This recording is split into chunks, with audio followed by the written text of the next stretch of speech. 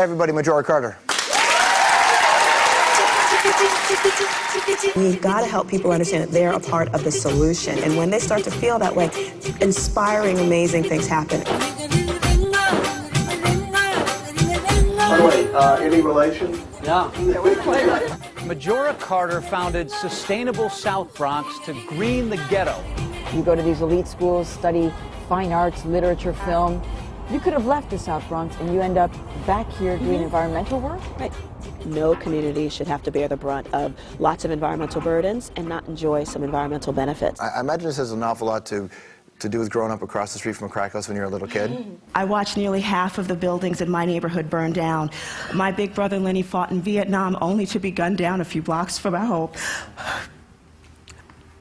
These things make me different from you, but the things we have in common set me apart from most of the people in my community. And I'm in between these two worlds with enough of my heart to fight for justice in the other. Watching the kind of devastation that happened. This little abandoned puppy dragged me to what I thought was just another illegal dump in the neighborhood. And I stood there, not thinking about the garbage that was behind me. All I could see was possibilities for my community. It would be in everyone's best interest to figure out a way to work together. What we're asking folks to do is to think big beyond what they ever thought they could possibly do and understand that they've always had the power to do it. Listen, when I spoke to Mr. Gore, I asked him how environmental justice activists were going to be included. His response was a grant program. I don't think he understood that I wasn't asking for funding. I was making him an offer.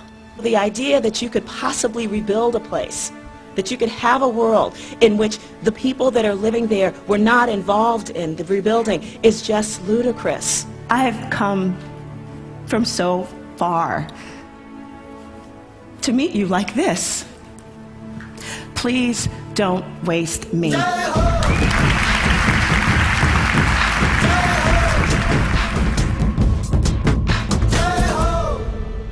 Please welcome Mrs. Majora Carter.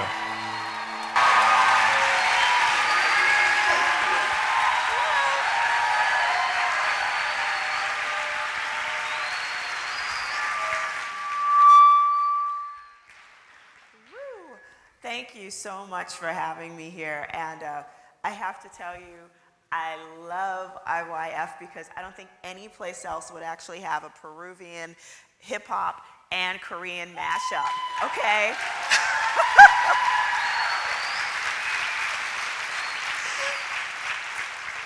That was pretty hot. So I'm gonna just come out swinging. You know, listen, you saw a little bit of my video. I'll get into what I've been doing for a while. And, but basically what I wanna leave you guys with is that, you know, you're pretty young, I'd say about half my age. And look, I've done a whole bunch of stuff and gotten a lot of attention for many of the things that I've done. But I have to tell you, none of it is rocket science, believe it or not. If you've got a great, should I be standing further back? Is that what it is? Okay, you'll tell me if I need to, whatever I need to do. But following your dreams, trying to get something done, making life better for yourself and for others, it's about a process that you implement. And so I'm going to share with you the secret of my success in the hopes that you are going to figure out whatever your dream is so that you can follow it and help make it happen. And I'm going to do that through the context of my work. But basically, I want to share the secret sauce. And so next slide. So this is it. In terms of whether it's starting a business, you know, developing great relationships, whatever, it doesn't make any difference.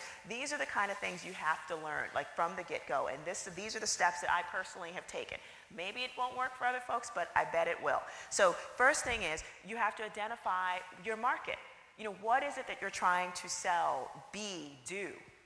And then you come up with an attractive solution that somebody's going to want to buy, have, hang out with, whatever. Then you need to obtain angel investment. And sometimes it's money.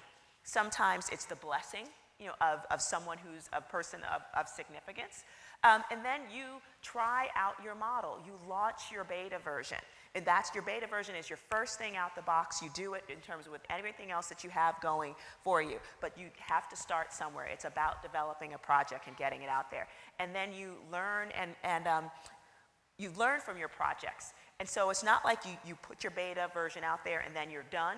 What it is, you look at it, you see how it works, and then you try to make it better. And that's where you reiterate and expand on your model. So again, all these things really come down to you developing the kind of project that you want to see happen. So next up. So when I started my work, way back in the late 90s, I had some, I wasn't planning on becoming an entrepreneur in the environment or in economic development. For the last thing in the world I was thinking about. I'd actually come back to my neighborhood. I didn't want to be back there. We were the poster child for urban blight. A lot of bad things had happened to me and my family and other people in the neighborhood. We were known as like nothing good could come out of our community. I only came back because I needed a cheap place to stay when I went to graduate school, which was my parents' house. That was the only reason why I went back home. I got very involved in this struggle, within the community where the city was planning on building even more and more waste facilities on our waterfront, which of course had a really negative impact for the people that lived in the community. And so what did I think, about that? It was, so yes, we were being discriminated against by the city because we happen to be a very poor community of color that was politically vulnerable. But we also knew that we needed to give people something else to dream on. So again, the market need that I identified was the fact that people saw the community as a terrible place because it often looked like this. And so what did I want to do? I figured, let's try to turn this into something beautiful. Let's turn it into a park, this dump. And so next slide. So the solution was to get as many people as involved, and so people, businesses, even city government, to help me build out that dream for turning it into a park. Next up. So, and this is just some examples of what it looked like. So we got a little $10,000 seed grant to sort of help you launch a little bit of this. Next slide. And this was our beta version, getting it to this level. Next one. And we developed a little bit of programming. Again, we're proving out this model. We got a little bit of angel investment, and then it got to this point. Next up. And then we built even more programming in. This was a boat building program that got people down to the waterfront. Most people had no idea we even had a waterfront in the neighborhood. Next up. And again, keep one more. And so this is where that little bit of angel investment turned into us being able to ask for a lot more. This was when we convinced the city that this was an important project to have in our community. And we got $3 million to redevelop that little interim park into, keep going, next slide. So remember, it went from that to this. And so this is what it looks like now. Thank you. Next slide. And so since it's next slide. And so since then it's become, next? Yeah, so this is what folks now, instead of that dump that you saw, next, actually look forward to seeing. So it's become this really beautiful place for the community members and people from outside the neighborhood to come and enjoy. Next. And even folks who work in the neighborhood as well. So next slide. Oh, and I was married there back in 2006. That is, that is the dog that literally dragged me into the park, my puppy Xena. Because otherwise, if I didn't have like a crazy 80-pound dog ahead of me, there's no way I would have walked into that dump by myself. Next up. And so getting married there was not just a cool place to be, but it was really an example to let the community know that beautiful things actually did happen in our own community. Next slide. And we became a world-class park, actually. We won a nationwide award for excellence in urban planning, and so I like to consider this Xena accepting her award. Next. And so for the next thing, and again, the next need was that within our community, because we saw a lot of truck traffic, which had an impact just on people's daily walk, next up, and also the diabetes and obesity issues within our community. Parents were feeling like their kids would get hit by a truck, so they wouldn't let them go out and play, and so it often meant that kids were sitting at home doing nothing except watching Game Boys and eating bad food. So diabetes and obesity are really high issues within our community. Next slide. And also stormwater management. Right now, the way it happens in most cities, water that falls from the sky is handled the exact same way that waters you flush down your toilet at a big public cost. So anytime you could keep water that fell from the sky, stormwater, from going into that very expensive system, then you're actually saving taxpayer money. Next slide. And so I found out about these things called greenways. And greenways are really simply dedicated bike and pedestrian pathways. And because they're green, they actually absorb stormwater. And because they're often planted in the middle of streets, they provide traffic calming as well. So next slide. And so I got a $1.25 million, again, this is our angel investment, from the federal government, from the Federal Transportation Administration, to design a greenway, which, to do all that work, but it created a really wonderful plan to grow on. So this was our beta version, just straight traffic calming and maybe a couple trees in the middle. Next up. But this is what it grew into, as we were able to spend about $50 million going forward. Next one. So these are just some of the examples. Next slide. And one more. And one more. So again, all of these things just provided, they were all completed last year. There's still a lot more to go, but they provided a really wonderful place. It's physically appealing.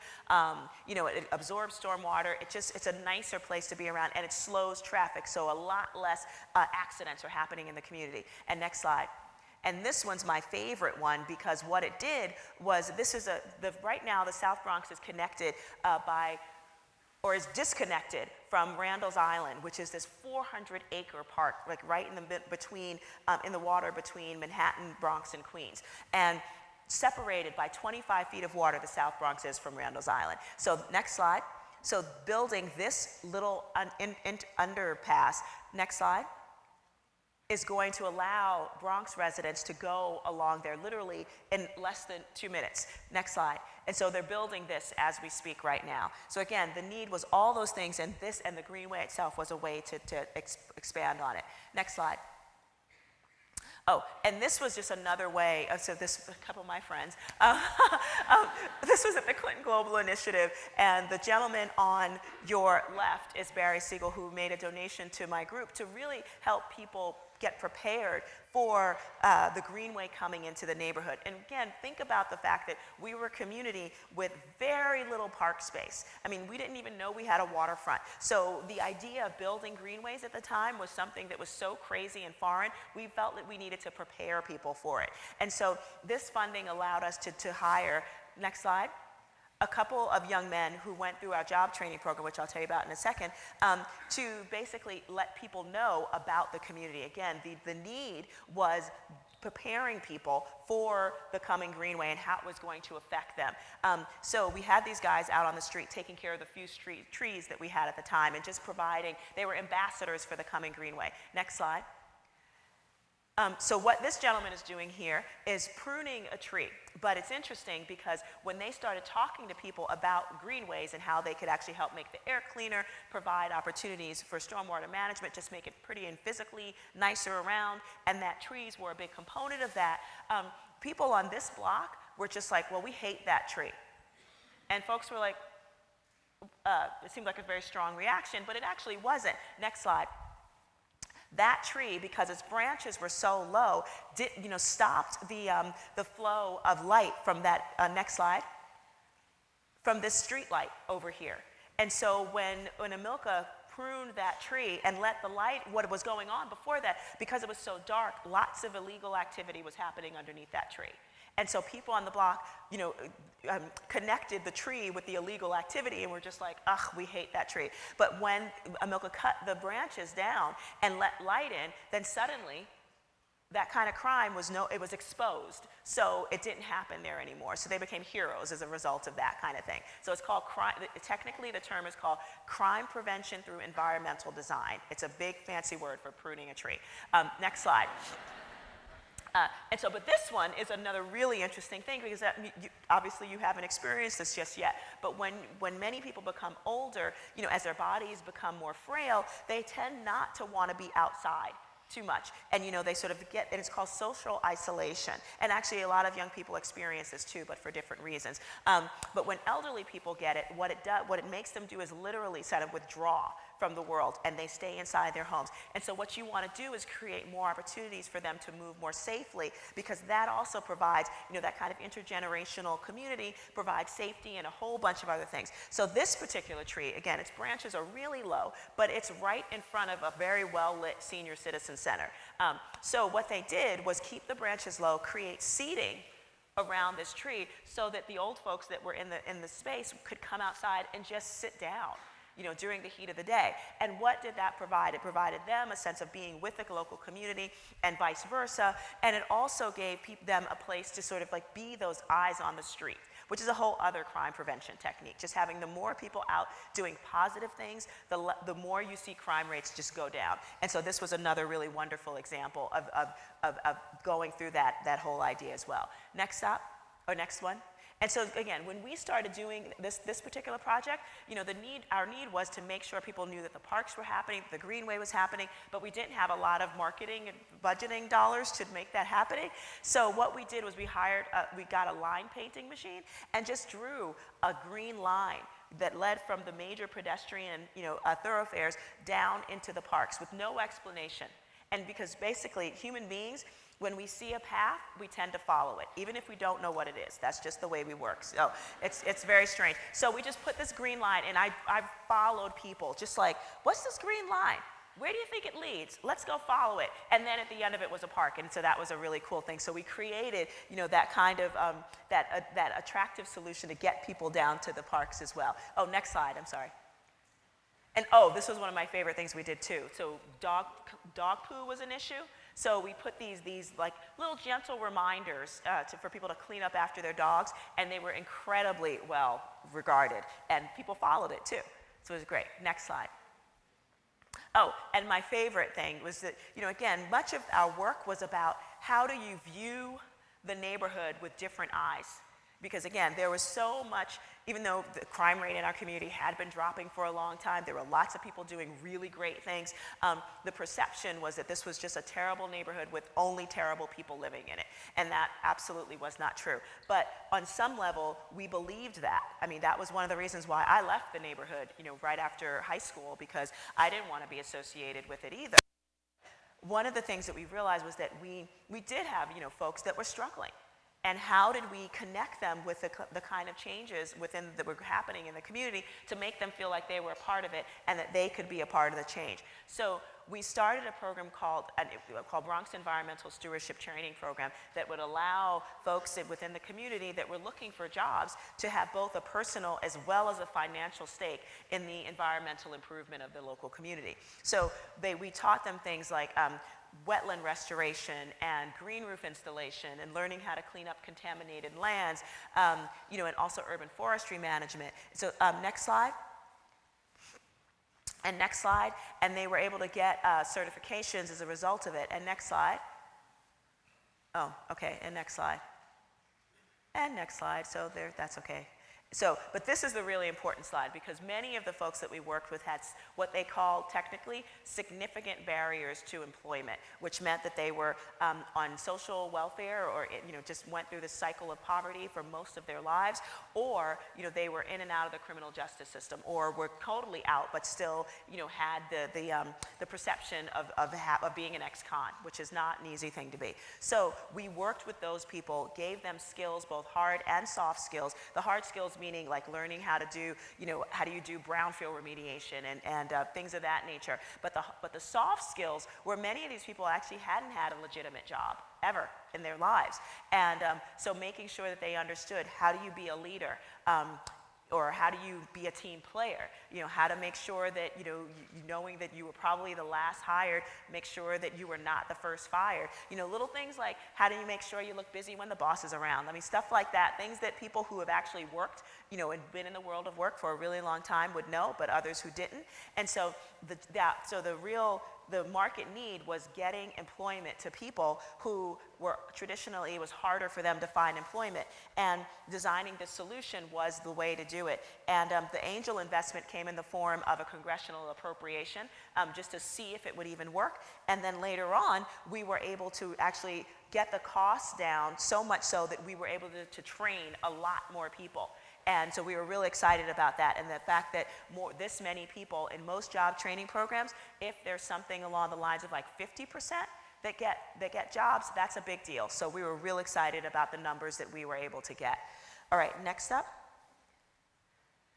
And so now, oh, next slide. So now one of the things that we're working on right now is actually developing a new nonprofit to really test out, much of what we already know to be true, in particular around how do you develop real world solutions to the big problems of our day, and just test out those models. And one of the things, you could go to the next slide, it's just a black slide.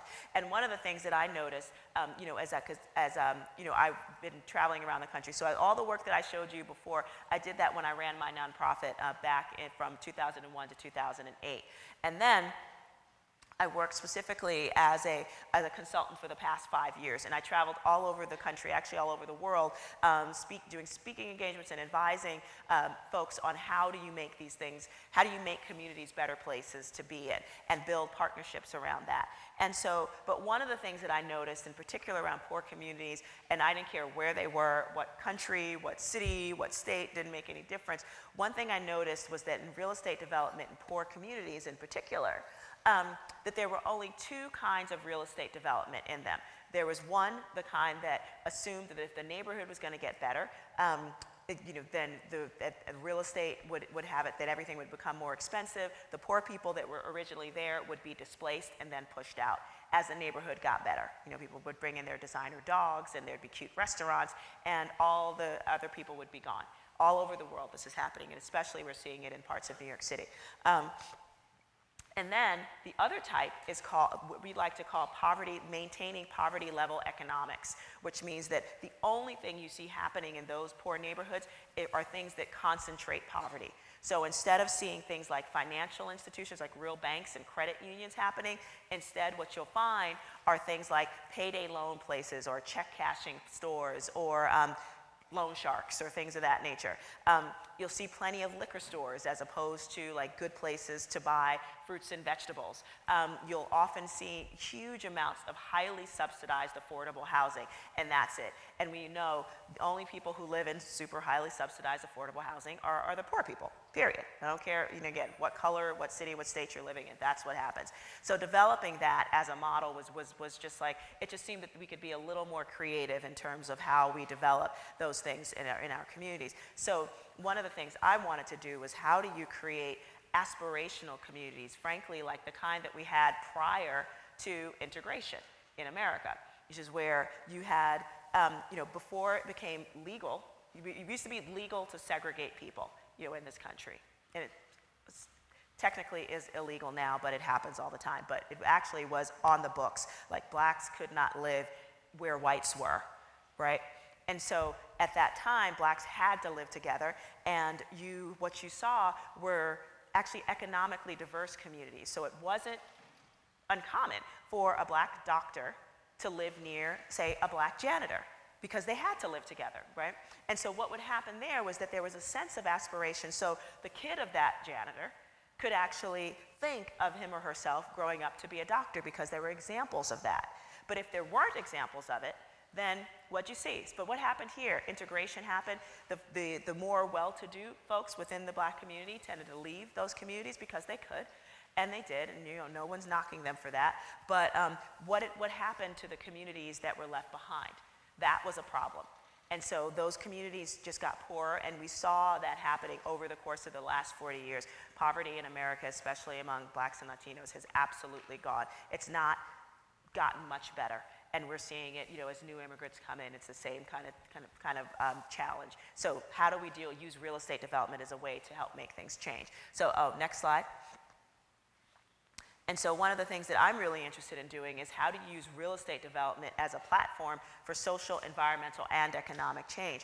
And so one thing I noticed in my travels was that at least domestically, there's a particular kind of topography that you see within, you know, post-industrial American cities, and in particular those areas that are considered the poorer part. So this is a demonstration of my community, but you'll see this kind of model, this makeup all over the place. The orange part is where people, you know, the residential area, the blue part is the former industrial area, and there's always like this little place in the middle, that hinge where those two sections come together. But again, if you look around any area, you'll find assets that might not be that obvious, but they're there no matter what. For us, we've got beautiful public transportation, and we've got this greenway coming in. So next slide up.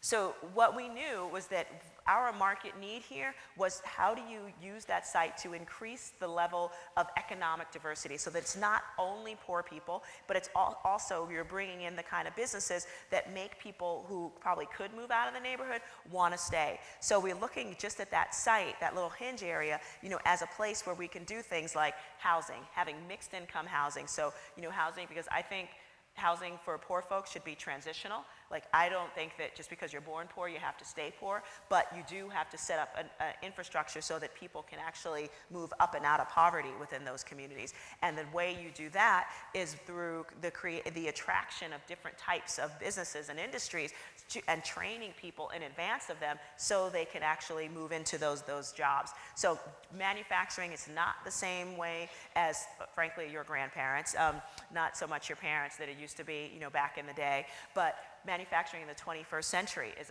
going to be a really interesting thing. And so we're seeing things moving back over here, whereas it used to be outsourced a lot, in particular for apparel, and also food, definitely food manufacturing. We're going to see a lot more here, and even technology too. So we're excited about that. Public space, you have to build out great public space for there to be interactions between people of different economic levels, just because that's how you break down the barriers between people. They've got, if you don't see them, they won't know. And that's where fear and all sorts of really nasty things come in, when people don't understand that, guess what, other people are people too. And then commercial and retail. Right now, it is really difficult to find a decent coffee in my neighborhood. A nice cafe is something that I would dream for, but lots of people leave our communities to find things that you can't find in our neighborhood. So developing those type of things to keep people in our community and circulate dollars as well. So next slide. And so on that note, technology, you know, is a big, big deal right now. As you know, it's one of the only major growth sectors in the country. I mean, around the world, but definitely in this country. So if you're not a part of the digital economy, sooner or later you're going to be left behind. So one of the things we really wanted to do was make sure that people in our community had access to really fully participating in the technology economy as it's coming forward. So a few years ago, we actually partnered with the Massachusetts Institute of Technology on bringing a fab lab to the community. And a fab lab is really simply, it's short for fabrication laboratory. And the technology that's used in it is rapid prototyping or rapid customization. And so basically you're highly customizing whatever you want. And you can do that in terms of everything from furniture to clothing. There's actually a surgeon out there who's using rapid prototyping to create organs for human transplant.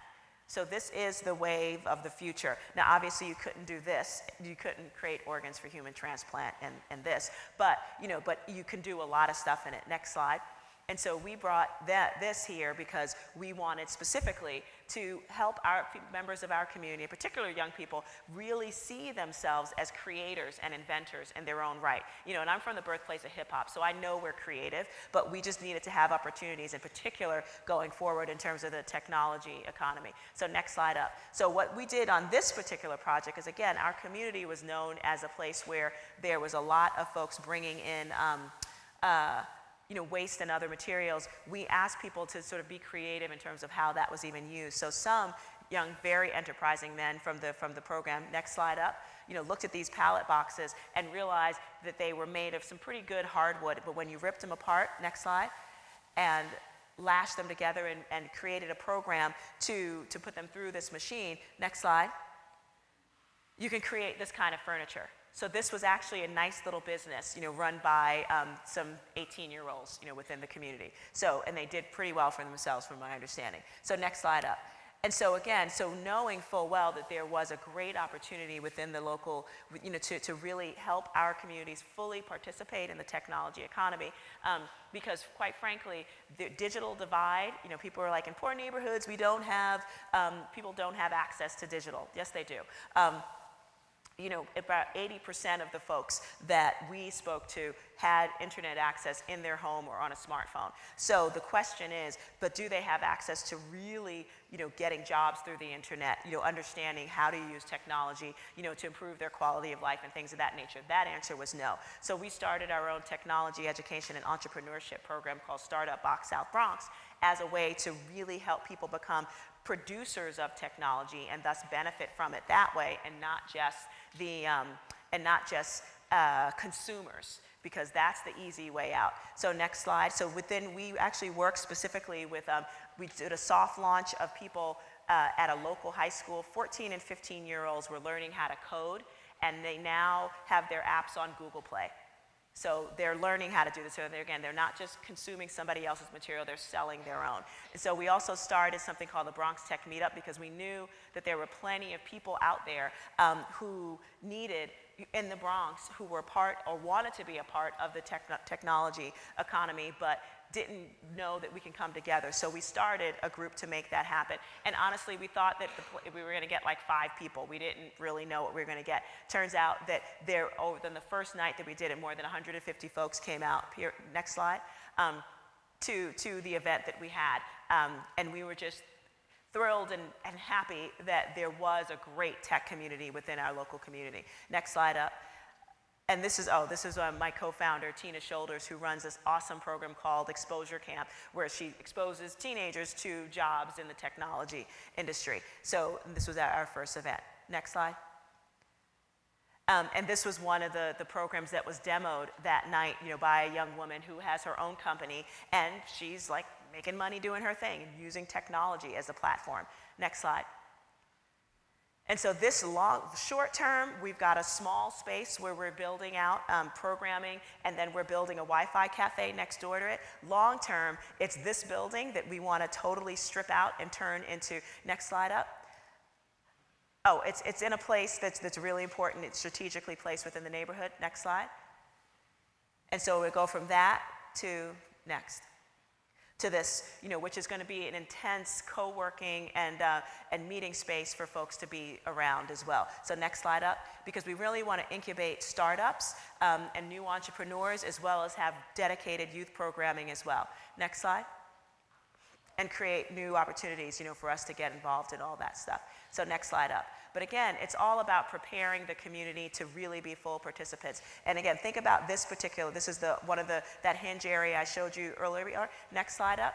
So this is like a very lonely place now. This is the kind of thing, when we really activate the ground plane, this is what it could turn into. Next slide.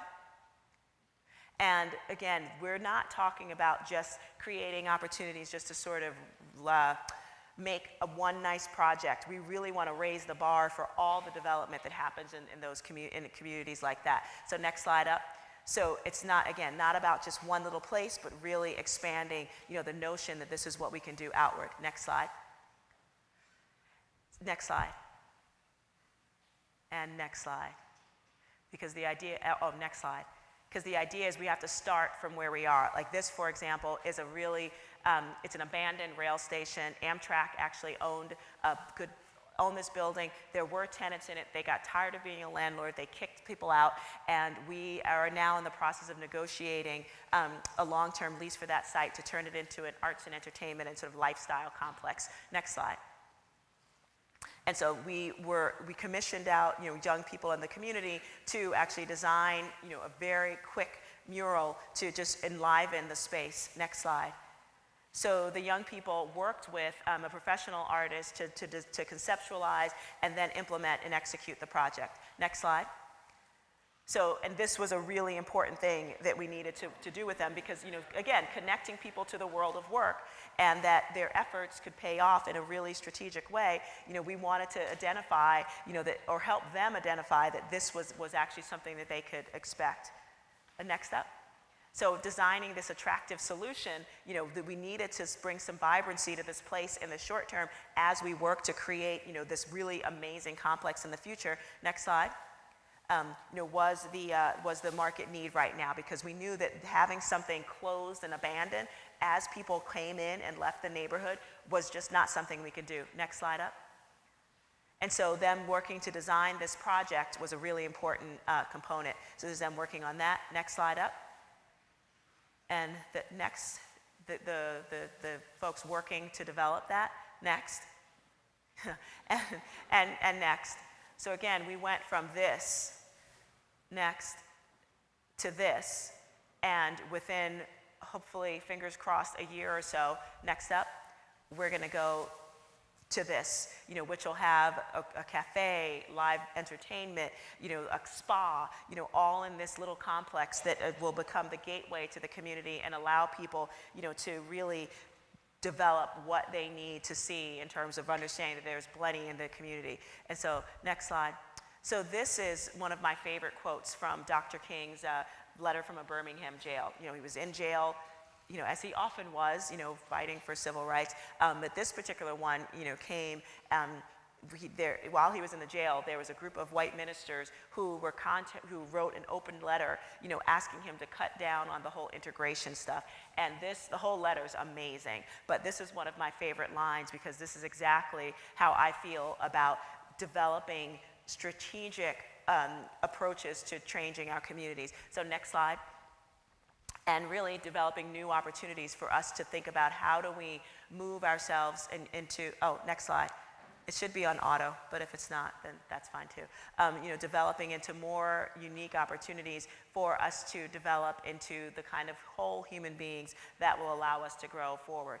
And I think that developing that kind of notion that we don't have to sit idly by and just expect there to be no change is just really crazy, because we do identify a need, launch a beta version once you have your angel investment, then then sort of learn from the projects and reiterate them as you look for even bigger opportunities to really get them out there. What you're looking at is a great opportunity to move from that point where you've got plenty of people thinking about, like, oh yeah, the world is not going to change, and so I shouldn't bother doing anything, because Lord knows we have enough of just like these little tributes to just our collective failures. But when you start really working to build out models for change and possibility, what you can then build are monuments to hope and possibility. So I wish you all the love and luck in the world, and good luck. Bless you all. Thank you.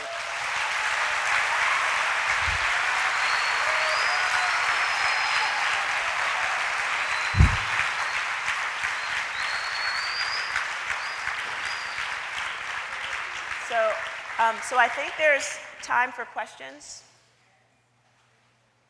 Yes? Okay. Oh, so I'm going to take some students in the back. Yes? What's my what? You know what? Oh, perfect. Thank you. What's your motivation in life?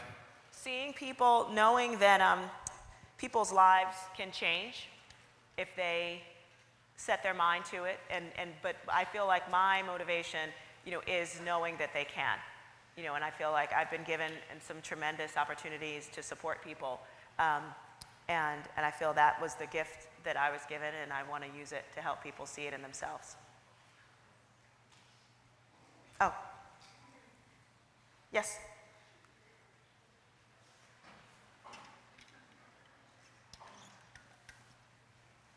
How do people often react when they find out they came from the kind of neighborhood you did and you turn out how you are now? They're shocked. I mean, honestly, I get it from people. I live 2 blocks from the house I grew up in. And, and so people kind of know me, but unless they see me walking out of my house, they'll assume that I've moved away. So because we tend to measure success by how far you get from communities like mine, and I try to tell people, you don't have to move out of your neighborhood to live in a better one, but you do have to work on it. So my goal is to help people see that, yeah, this is hard work, but it's incredibly gratifying, and it's important for us to do. And it just, I love the fact that I've inspired folks to recognize that they have the ability to be great in their own lives. Yes. The blue shirt. Oh, you are working it. Do you work with other organizations in different cities and states, or just the Bronx area? No, actually, we're just starting to work again in the Bronx because I've been working as a consultant for the past 5 years at this point. And so these will be our first projects in the Bronx since then. But yes, my goal is to start this model, work out the kinks, and then make sure that it's ready for prime time, and start working with other folks around the country and around the world. Yeah, cool. Yes, ma'am. You show us that you have very powerful friends like Bill Clinton. Do you know him before or after you start the project, and how do you connect to those powerful connections? Oh, believe me, I didn't know him before. How do you make them to recognize your work? You do the work. You just have to do the work. I mean, honestly, folks saw my work, and then it became, that's how it got to them. Like, I didn't say, hey, Bill, look at my stuff. It was more like I did the work, and it had results, and then it became noticeable. That's how it happened. And also, you say you try to get help from government. Uh-huh. So do you approach the government agent and present your project, your proposal? Absolutely. There's Thank you. Thank you. There's an interesting term called you never have any permanent enemies, ever. So you really do, and everyone's your friend. You do really have to be open to creating alliances with folks that you may or may not, think are your friends. Because one of the reasons why I think we have been able to get a lot of things done was that we were able to help other folks that we might have been, at odds with. Sometimes it was the government, sometimes it was businesses, sometimes it was other community groups, frankly. To help them see how working with us would be in their best interest. And that is a skill that takes time. Some of us do it better than others, Lord knows, but it's definitely worth trying as much as possible to always go at, other folks, with a spirit of like, this is how this is going to benefit you, rather than if you don't do this for me, I'm going to cut your head off or do something nasty. And that, a lot of people do operate like that, and, not nice. So is there another? Oh, there's one right here.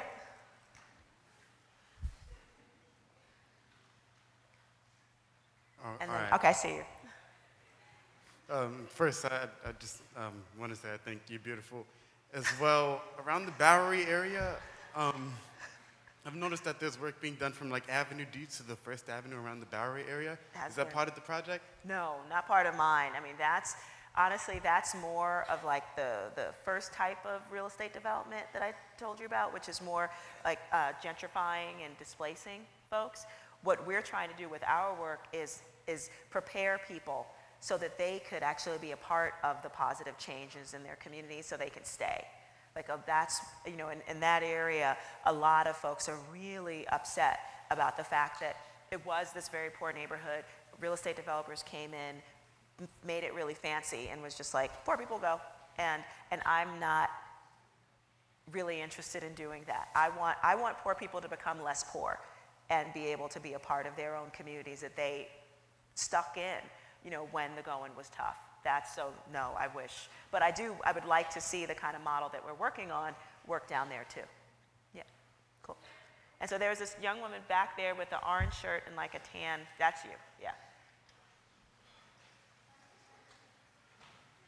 And then there was another person, I see you too. Okay, another. thank you.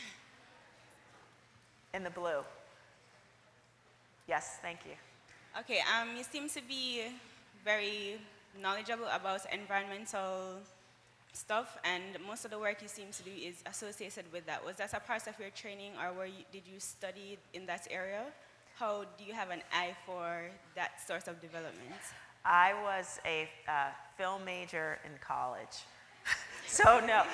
And I studied English and creative writing in graduate school. So what that meant was that I was really creative and that I could see things in a project that most folks would write off. I think that's what did help me, because I immediately could look at everything as a blank canvas, even if it was really crappy, and figure out, oh, this could change, and let's figure out how to make it change.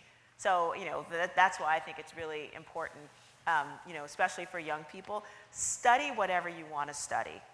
I mean, it would be nice if you got some practical training, and you really should take a class in law, take a class in economics, do all that stuff. But ultimately, the real world will find you, and you will be trained by it. So that's just my advice. Okay, now I see there's two people. There's the one right in front of you, and then you, I promise. So blue shirt, yeah, your hand's still up. I think you have on glasses. Yes, you do. I seen one of your introduction videos. One of them you was crying about your neighborhood was getting burnt down. Why? Mm-hmm. What happened? I mean, like, how come? What really happened made you feel so sad about that neighborhood? Well, in the 60s and the 70s, there was a huge wave of financial disinvestment. This is not the first financial crisis America's been through. Might be in recent history, but it really isn't. So financial disinvestment meant that there was no kind of money going into poor communities, and in particular, Black and Latino communities in major urban areas. And so goods and services were being cut, things like fire, police, you name it, schools, all going. And so what happened was that landlords were finding it way more profitable to torch their buildings, to collect insurance money, because there was no kind of financing to come in, like if they needed to upgrade their buildings. That's what was happening. And so the Bronx, we lost about 60% of the population in my community. Either people just like leaving, some obviously, died. My brother, would come back from Vietnam, served 2 separate tours there, and we were all happy he was home. He got a job at the post office, and we were just thrilled. And then, within less than a year, he was gunned down as a result of, some of the gang violence that was happening in the neighborhood next door to ours. So yeah, and there were all sorts of really crappy things going on, as a kid. I mean, there was still a community, but, and there was plenty of love, and I personally never felt unsafe, ever, because there was like a very deep community of folks who just literally couldn't leave, and so we bonded together. But yeah, it was a very, very, very tough time for folks. Very tough. Thank you. So yes, yeah, and then you right behind you. Oh, okay. I saw you, baby. I wasn't going to let you go. I just had a question. If you would ever consider coming to Detroit, I don't know if you've heard about Detroit going bankrupt, and if Detroit was your hometown, what would you implement on the city? Yeah, I actually tried to go to Detroit a few years ago, and it was a really wasn't so much traumatic for me, but I really felt that there was a lot of trauma going on, with folks there. Like honestly, it was kind of like the South Bronx was 30 years ago, just like that kind of deep-seated people feeling caught and stuck, and it was really very traumatic. I mean, I think there will have to be, some work done to actually right-size the city, take some real cold, hard looks, at how do we reimagine industry in those communities and really support the population that's still left there. But it's going to take it's going to be hard. I can assure you it's really going to be hard.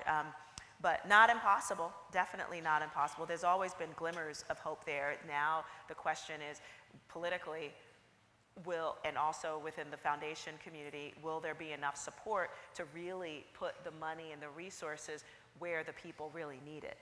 That's always been the issue with Detroit, quite frankly. But, I wish him luck. I really do.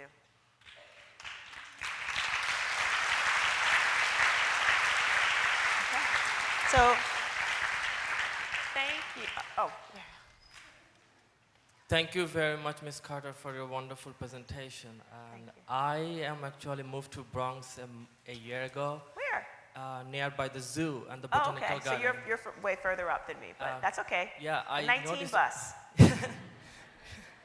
And BX9 too.